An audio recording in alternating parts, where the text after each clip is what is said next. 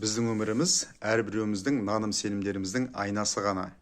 Немесе не нәрсені көп ойлаймыз, сөйлейміз, жазамыз, және де қандай мәселелерге назарымызды көбірек аударамыз, сол ұлғая береді. Мына Instagram, TikTok, YouTube деген сияқты желілер осы біздің өміріміздің бір кішігірім механизм көрсетеді. Мысалы, сіз Instagramда немесе кез келген желіде не нәрсені көбірек іздейсіз, сол бір мәселелер, сол бір заттар сіздің мына лентаңызға келе береді, дұрыс па? Егер сіз діншіл адам болсаңыз, әртүрлі діни адамдардың уағыздары келеді, немесе сіз әдемілікті, әдемі үйлерді жақсы көрсеңіз, әртүрлі архитектуралық бағанағы үйлер, дизайндар сіздің лентаңызға келе береді. Сосын тағы бір мысал. Мысалы шаш, шашымызды бізде ақ шаш өседі. Естіген шығарсыздар, ақшашты көріп қалсаң жұлма, ақшашты жұлған сайын ол өсе береді дейді. Ол ақшаш жұлған сайын көбейе бермейді. Яғни біз ақшашты жұламыз деп бағана іздейміз. Содан кейін біздің назарымыз сол ақшашқа ауады. Сол нәрсені біз, яғни ақшашты көбейте береміз. Ол кез келген өміріміздің мәселесі туралы айта беруге болады. Қарыз да сондай. Сіз қарыздан шаршасаңыз, қарызды ойламаңыз, сіз табысты ойлауыңыз керек. Яғни қандай табыс тапсам болады, қалай мен осындай материалдық жеңілдікке, яғни жеңіл ақша табуға шықсам болады деген мәселені ойлап, соған байланысты әртүрлі кішігірім қимылдарыңыз жасау керек. Ол қимыл тек қана бір кәсіп аша салу емес, ол қимыл сіздің таңертең ерте тұрып энергияңызға, өзіңіздің дене бойыңызды энергияға толтыру, су ішу деген сияқты мәселелерден басталады. Себебі ақша ол энергия.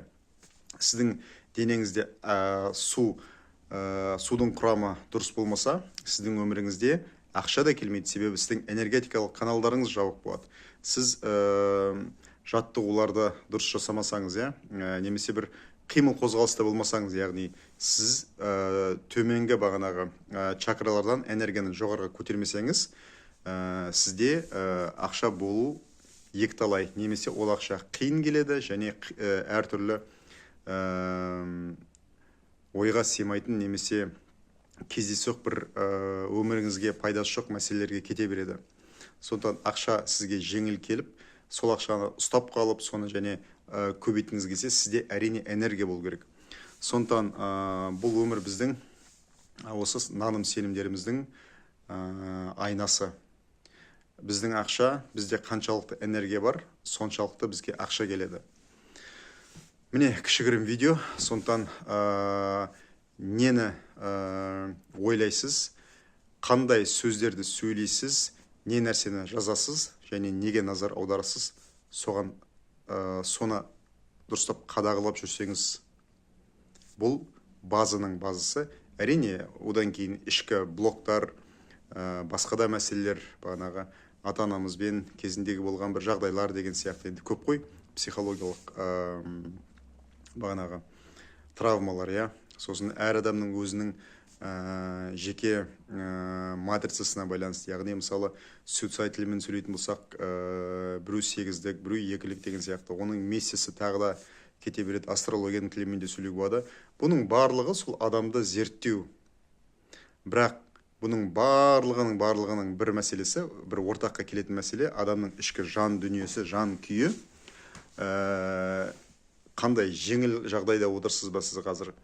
Шалқып, сондай көңіліңіз керемет пе? Сыртта бағанағы, мысалы, қарызыңыз көп болсын, немесе қандай да бір проблема болсын, оған сіз назар аудармай, барынша ішкі жан күйіңізді тыныштықта, осындай махаббатта ұстасаңыз, бұның барлығы сол сіздің проблемаларыңызды ертіп жібереді. Себебі проблема деген нәрсе бұл баста. Қазір сізде проблема болса, кредит болса, ол қайда қазір айтыңызшы? Бұл сіздің ойыңызда, басыңызда, басқа еш жерде емес. Ал бұл әлем осы ойымыздың проекциясы ғана. Сондықтан сіздің вниманиеңізді, яғни назарыңызды мұнда басқа емес, жүрекке көбірек назар аудару керек. Өмір сырттан ішке келмейді, іштен сыртқа шығады. Бұл киім, бұл жар, бұл отырғыш деген сияқты бұның барлығы менің өзіме қандай жағдайда рұқсат еттім, өзімнің жан күйімді қаншалықты мен махаббатқа толтырам, сол бойынша осы айналам менің құрылады.